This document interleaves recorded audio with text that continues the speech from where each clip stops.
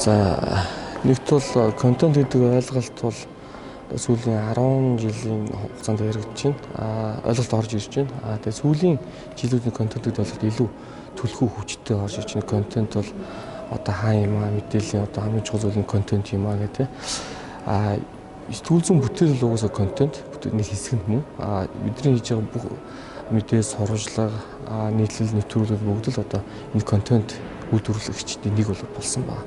За дэлхийд контентыг гаргахад юу чухал вэ? Нэгт нь бол хэлний мэдлэг. Одоо манай сэтгүүлчдийн одоо хэлний мэдлэг ямар түвшинд байна? Англиар ярьж чөлөөтэй ярьдаг, англиар одоо чөлөөтэй бичдэг, үл санаа бичдэг, асуулт асуудаг тийм ийм сэтгүүлчдийн бүтээлүүд хэр байна?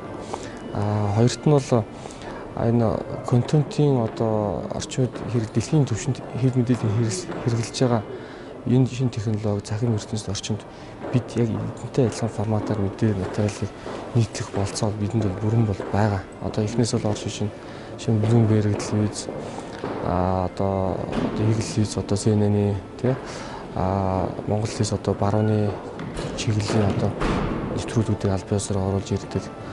Тэр контентыг одоо үйлдвэрлэгээд тэр форматын дагуу хийж байгаа.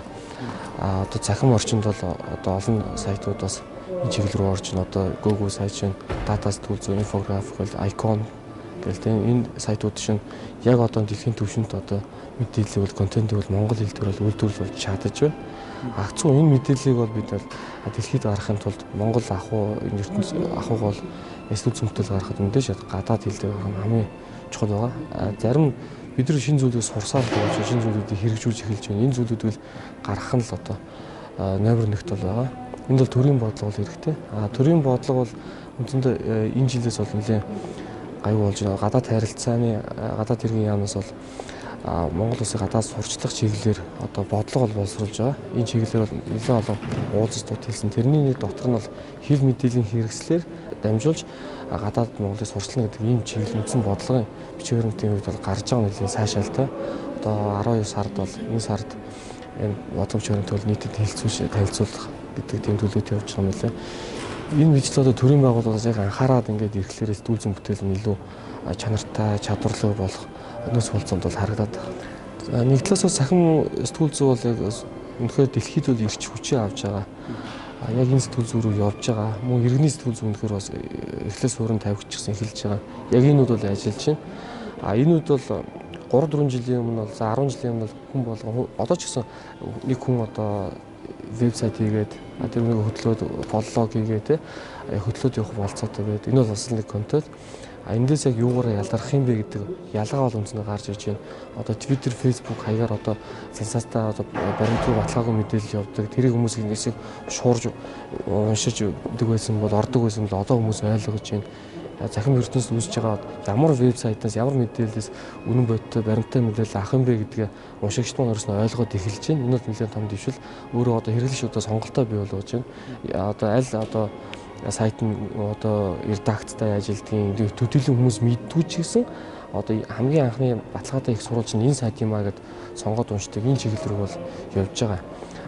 Одоо л яг захин сэтгүүл зүй, иргэний сэтгүүл зүй хоёр бол яг одоо хоорондоо мөргөлдөөд огтлцож байна. Одоо хамтдаа цаашаа явах юм уу эсвэл хоёр тийшээ ингээд төгжөөд явах юм уу гэдэг чиглэлээр бол одоо бүгд л толгоогоо уралдуулж ажиллаж бодож ажиллаж байна л да.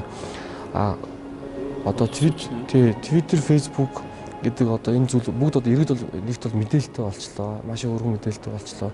Яг захин энэ тохиолдолд сэтгүүлчдийгээ сургах, давтан сургах иргэд бол одоо хөгжөөд байдаг. Одоо мэдээлэл авч байгаа иргэд маань маш их өндөр мэдлэгтэй болж байна. Энэ олон сувгуудыг ашиглаад мэдээллийг авч байна. Энэ тохиолдолд захин сэтгүүл зүйд ажиллаж байгаа бол энэ сэтгүүл зүйн орчинд ажиллаж байгаа сэтгүүлчид нь өөрснөө иргэдээс илүү давсан мэдлэгтэй, мэдээлэлтэй өөрийгөө хөгжүүлэх шаардлагатай байдаг. Энэ чиглэлээр бол тодорхой ажлуудыг үндсэндээ хийж эхэлж байгаа. Шинэ сайтуудын холбооноос энэ жил бол цахим сэтгүүл зүйн сургалт гэдэг цахим сэтгүүл зүйн мэрэгцэн тийм сургалт зохион байгуулъя гэж утгын нэгэрдээ сургалтаа гэрээ байгуулж утгын нэгэрдээ сурвал одоо цахим сэтгүүл зүйн одоо ангийг одоо Монгол улсад анх удаа нээсэн байгаа. Бусад сэтгүүл зүйн хэл мэдээлэл сургалтууд бол цахим сэтгүүл зүйгээр одоо сургалтын хичээлүүд байдаг. Яг юм төрөлцсөн анги гаргасан бол байхгүй анхных нь болж байгаа.